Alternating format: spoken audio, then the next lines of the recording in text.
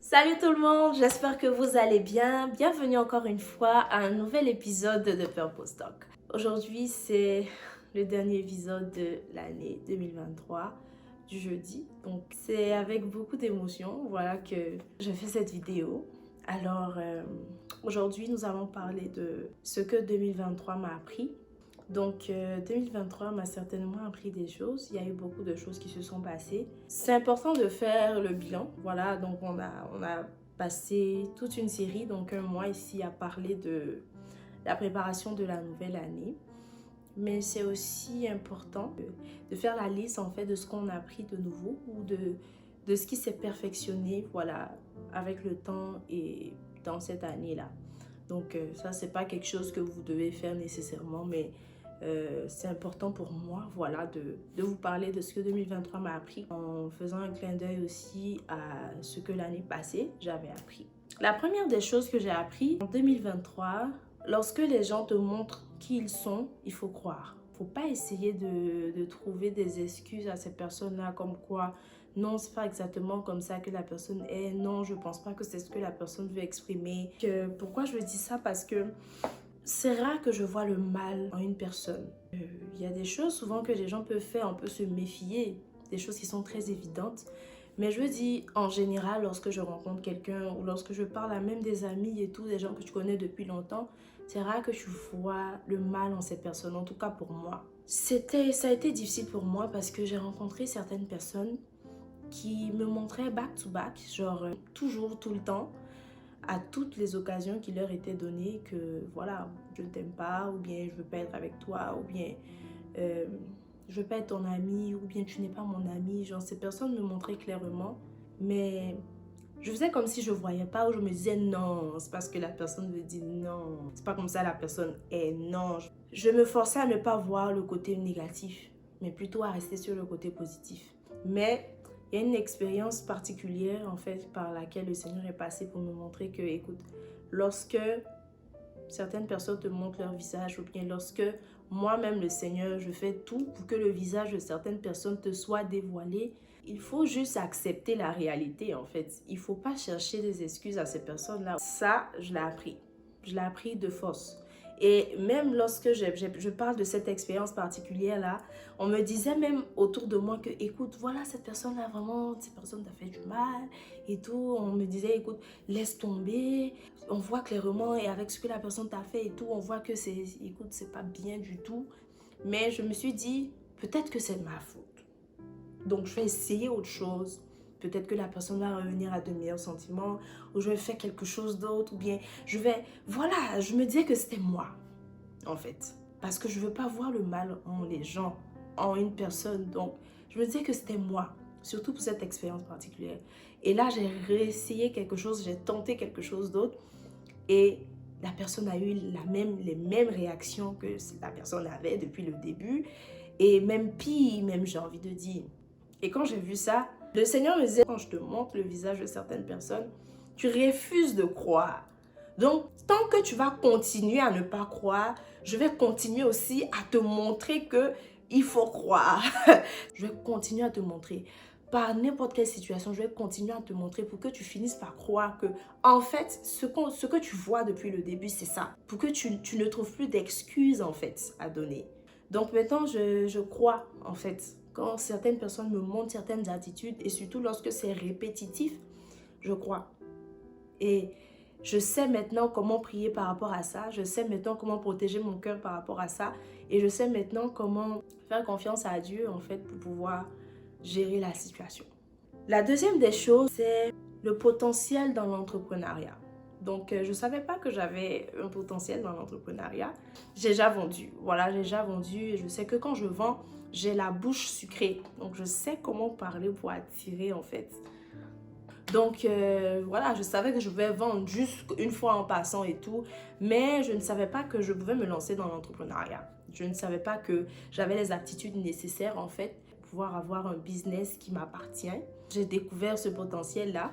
Et je me suis lancée, donc j'ai commencé Purposely Design. Donc, by the way, voilà, je porte un t-shirt de Purposely Design. The Purpose Woman, c'est le dernier épisode, donc je me suis dit pourquoi pas porter mon t-shirt de Purpose Woman. Donc voilà, n'hésitez pas à commenter en passant. J'ai aussi lancé mon deuxième business, donc un business de nourriture, donc je vends la nourriture aussi. J'ai découvert que c'est un potentiel que j'ai. Donc je continue à explorer, voilà, cette fibre entrepreneuriale que j'ai. Donc je remercie le Seigneur pour ça. 2023 m'a appris que je pouvais me lancer dans l'entrepreneuriat. Ensuite, le sens de l'organisation, plus. Voilà, j'ai déjà parlé de ça l'année passée. Mais ça se développe à chaque fois. J'avais déjà dit ici dans l'une de mes vidéos que à chaque fois que j'évolue donc dans le temps et tout, c'est comme si j'ai toujours plus de tâches, j'ai toujours plus de responsabilités. Et ma mère aussi me le dit tout le temps. Elle dit que si tu pleures aujourd'hui, que tu as trop de responsabilités, au fur et à mesure que tu avances, ça va s'empirer parce que tu auras toujours plus de responsabilités. Donc, il faut juste s'adapter. Donc, comme je viens de parler de l'entrepreneuriat, j'ai maintenant 2 business. Donc, je dois allier ces business-là à The Purpose Talk. Donc, à mes vidéos que je filme, à l'editing, à mon travail, à mon ministère, à ma vie sociale, à ma vie familiale, en tout cas à ma vie. À quel moment tu fais les commandes, à quel moment tu filmes du coup, à quel moment tu édites, à quel moment tu te reposes, à quel moment tu fais tes activités personnelles pour prendre soin de toi, à quel moment tu dors, à quel moment tu fais à manger pour toi-même, à quel moment tu fais le ménage de chez toi, à quel moment tu as une vie sociale, tu sors avec des amis, à quel moment tu appelles ta famille. Écoute, j'ai aussi appris que marcher dans le plan parfait de Dieu nécessite des sacrifices. Donc, en cette année, j'ai beaucoup prié pour le plan parfait de Dieu dans ma vie. Et ça rejoint une autre leçon, voilà, faire confiance à Dieu. Donc, j'ai appris que marcher dans le plan parfait de Dieu, voilà, nécessite des sacrifices. Lorsque cette année, j'ai prié pour le plan parfait de Dieu, le Seigneur a fait en sorte que je puisse lâcher prise de certaines choses dans ma vie, voilà, pour pouvoir faire face à son plan parfait, justement, pour pouvoir lui faire confiance par rapport à la suite des choses, parce que lorsque Dieu te demande de lâcher certaines choses, de lâcher prise, d'abandonner certaines choses auxquelles tu étais tellement accroché, c'est parce qu'il a un plan meilleur pour toi. Et c'est pas toujours facile de lâcher prise, mais le Seigneur m'a aidé. Et ça n'a pas été facile parce que, comme je dis, souvent on dit lâcher prise, on a l'impression que c'est facile, voilà, il faut juste laisser et tout, mais en même temps, on ne sait pas exactement ce dont la personne parle. Lâcher prise de certaines choses, ça peut être des relations, des habitudes, des valeurs qu'on t'a inculquées, des croyances. Ça peut être beaucoup de choses auxquelles on s'attache, beaucoup. Et voilà, quand le Seigneur te demande d'abandonner, tu abandonnes. Voilà, donc du coup, le Seigneur m'a aidé et donc j'ai compris que voilà, le plan parfait de Dieu vient avec des sacrifices. Et qui dit sacrifice dit faire confiance à Dieu. Effectivement, lâcher prise en gardant en tête que c'est Dieu qui m'a demandé de le faire et en faisant confiance à Dieu pour la suite des choses. Donc en te disant, Seigneur, tu m'as demandé de lâcher ça alors que j'étais vraiment attachée à cette chose-là. Là maintenant, je ne l'ai plus, mais je te fais confiance pour la suite. Donc, c'est en même temps 2 leçons qui se rejoignent, donc 2 choses que j'ai appris qui se rejoignent. Donc, sacrifice pour le plan parfait de Dieu dans sa vie et faire confiance à Dieu. L'importance de la famille s'est développée en fait. Je suis encore plus consciente de l'importance de la famille. Parce qu'en 2023, j'ai pu avoir mon appartement, donc j'en ai parlé dans un des vlogs. Et donc, lorsque j'ai eu mon appartement, j'ai eu la grâce de recevoir toute ma famille chez moi. C'était intéressant de pouvoir recevoir toute sa famille, de voir la fierté sur le visage des parents qui finalement se disent, ma fille, elle a été chez moi toute sa vie, une partie de sa vie. Et là maintenant, elle a son appartement et c'est moi qui suis chez elle. Like, ça faisait plaisir de voir cette fierté-là sur le visage. De voir aussi mes frères et sœurs qui étaient tout contents, qui étaient excités, voilà, à l'idée d'avoir un deuxième chez eux. Ça m'a fait beaucoup plaisir. Voilà, j'aime beaucoup vivre seule, comme tout le monde le sait, c'est plus un secret. Mais avoir ma famille pour un bout de temps, ça m'a fait plaisir. Rentrer à la maison et voir mon père, ma mère, mes frères et sœurs, ça fait plaisir, vraiment, ça fait vraiment plaisir. Une vérité sur la volonté de Dieu, donc je m'étais trompée sur la volonté de Dieu, j'ai fait une vidéo comme ça. Dieu m'a aussi parlé au travers d'une situation. Ça a changé, voilà, ma conception de la volonté de Dieu, parce que moi je pensais que la volonté de Dieu c'était toujours le contraire de ce que je voulais. Donc j'ai pris le temps d'expliquer, voilà, dans la vidéo et tout. Mais en tout cas, j'ai compris aussi que la volonté de Dieu, souvent c'est ce que nous voulons. Voilà, la volonté de Dieu, souvent c'est ce que nous aimons. La volonté de Dieu, c'est ce qui nous donne la paix, ce dont nous sommes convaincus. Donc voilà. Voilà, ma conception sur la volonté de Dieu aussi a changé. Et j'ai aussi appris l'importance de compter sur Dieu pour la guérison des blessures intérieures. Vous savez, souvent on a les blessures intérieures et on pense que c'est lorsque la personne qui nous a offensés ou les personnes qui nous ont offensés viennent vers nous pour nous demander pardon, pour nous présenter leurs excuses, que l'on guérit de nos blessures intérieures. Alors que non, voilà. Et Dieu m'avait depuis longtemps dit que je devais compter sur lui pour guérir de certaines blessures intérieures que j'avais. Et c'est ce que j'ai fait par la grâce de Dieu. Et donc, oui, j'ai guéri de certaines blessures intérieures, mais ce qui m'a le plus étonnée cette année, c'est que des gens qui m'avaient offensé 10 ans passés sont revenus cette année me demander pardon. Pas seulement 10 ans passés, une autre personne aussi, des mois passés, qui est revenue me demander pardon. C'était des choses qui m'avaient blessée, m'avaient vraiment touchée. Mais ça m'a étonnée de voir ce que Dieu peut faire, même des années après, même des mois après, ce que Dieu peut faire. En tout cas, comment Dieu peut te justifier, même des années après. Dieu m'a fait réaliser là que, écoute, si tu n'avais pas compté sur moi, si tu avais compté sur le pardon de cette personne pour guérir, tu n'allais pas être guéri jusqu'à maintenant. Et il y a plein de bénédictions que tu allais rater, il y a plein de choses que tu allais rater. Voilà, le pardon là, c'est juste un accessoire pour pouvoir soigner cette blessure. Mais c'est Dieu qui peut panser les plaies. C'est Dieu qui pense les plaies. C'est Dieu qui soigne les blessures du cœur. Il n'y a que Dieu qui puisse faire ça. Quel que soit combien la personne même peut te demander pardon. Il y a des gens ici, on t'a déjà offensé, mais la personne même qui t'a offensé t'a demandé pardon maintes fois. Mais ça n'a rien changé. Tu es toujours blessé en fait. Et tu n'arrives pas à passer dessus. Pourtant, la personne t'a demandé pardon. Mais ce n'est pas le pardon en soi qui te guérit. Ce n'est pas le pardon en soi qui pense tes blessures intérieures. C'est Dieu. Donc c'est Jésus qui peut penser nos blessures intérieures. C'est juste une parenthèse pour parler à quelqu'un en même temps, pour lui dire que le Seigneur, il peut te guérir. Il ne faut pas penser que c'est seulement la personne qui t'a blessé qui a le pouvoir de réparer cette blessure-là. Non. C'est quelqu'un, c'est un homme, c'est un être humain qui a créé cette blessure dans ton cœur, mais c'est Dieu qui peut guérir cette blessure-là. Donc, il ne faut pas compter sur le pardon de quelqu'un. Quand moi, j'ai vu ça, j'étais choquée. Je dis, mais Seigneur, je ne m'attendais pas à ça. Il m'a dit, voilà ce que je peux faire.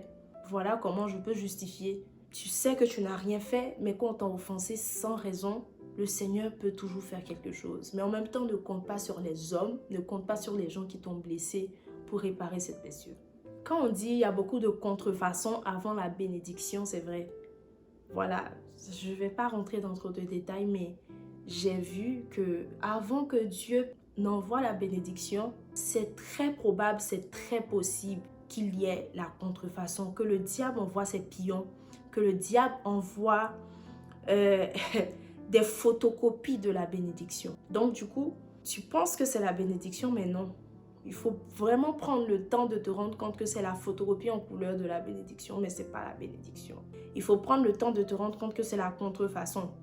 Il y a des gens, ils vont porter des choses, tu vas voir, c'est la marque et tout. Et tellement qu'on est habitué à l'écriture de la marque, on ne fait pas attention. Lorsqu'on voit la première ou les deux premières lettres, on se dit, ouais, c'est ça la marque. Mais quand tu prends le temps de lire tout le nom, tu te dis, mais c'est pas ça. Adidas devient Adidas. Pour te rendre compte que c'est Adidas, il faut lire, il faut prendre vraiment le soin de regarder la chose. Pour te rendre compte que c'est pas Adidas, c'est Adidas. Et là, c'est une contrefaçon. Souvent, au lieu de voir Dior, tu vas voir autre chose. Tu vas voir Dion. J'ai vu beaucoup de contrefaçons et je suis toujours dans le processus avant que ma bénédiction n'arrive. Mais je ne peux pas dire tout d'un coup que j'ai la bénédiction, mais ce concept-là aussi, c'est quelque chose que j'ai appris en 2023. J'entendais souvent dans des témoignages, les gens en parlaient et tout, mais je ne savais pas encore que ça existe ou je n'avais pas encore expérimenté moi-même. Mais j'ai vu que le diable peut aussi envoyer la contrefaçon. avant que la bénédiction n'arrive. Il faut juste faire attention, rester au pied de Dieu, continuer à prier, continuer à avoir une relation avec le Seigneur pour pouvoir discerner si c'est vraiment la bénédiction ou c'est de la contrefaçon. Et la dernière chose, la fin d'une chose vaut mieux que son commencement. C'est l'une des choses aussi que j'ai appris et que je suis en train d'apprendre en cette fin d'année 2023. Donc, il y a beaucoup de choses que je suis en train d'expérimenter en cette fin d'année, que peut-être j'attendais d'expérimenter en début d'année. Il y a beaucoup de connexions que je suis en train d'avoir en cette fin d'année que je m'attendais à avoir au début de l'année. Il y a beaucoup de choses que le Seigneur est en train de débloquer en cette fin d'année que je m'attendais à voir débloquer au début de l'année. Donc, j'ai compris là maintenant quand le Seigneur disait « la fin d'une chose vaut mieux que son commencement ». Donc, je veux dire à quelqu'un ici aussi que même si tu as mal commencé l'année 2023, il reste quelques jours. Dieu peut encore faire quelque chose pour toi. Le miracle peut toujours se débloquer. La bénédiction peut toujours arriver pour toi. Donc, ne te décourage pas. Ne désespère pas. Et même en début d'année, vraiment en début d'année, ça peut être le 31 même décembre à 23h que tu reçois une bénédiction, un miracle que tu attendais. Donc, ne désespère pas. Donc, voilà ce que je voulais partager avec vous aujourd'hui, ce que 2023 m'a appris. Je suis très contente d'avoir passé tout 2023 avec vous, de Purpose Talk et de Purpose Woman que je suis. Alors, je pense qu'il y aura 2 dernières vidéos, donc une vidéo pour la nouvelle année. Et il y aura aussi la dernière vidéo de Purposely Sounding le dimanche. Et donc, l'année finira ainsi. Alors, sur ce, je vous souhaite d'excellentes fêtes, donc une excellente traversée. Et je prie que le Seigneur nous bénisse tous. Voilà, merci de nous avoir suivis en 2023. Et on se retrouve le jeudi prochain donc pour le premier épisode de l'année 2024. Que le Seigneur nous bénisse.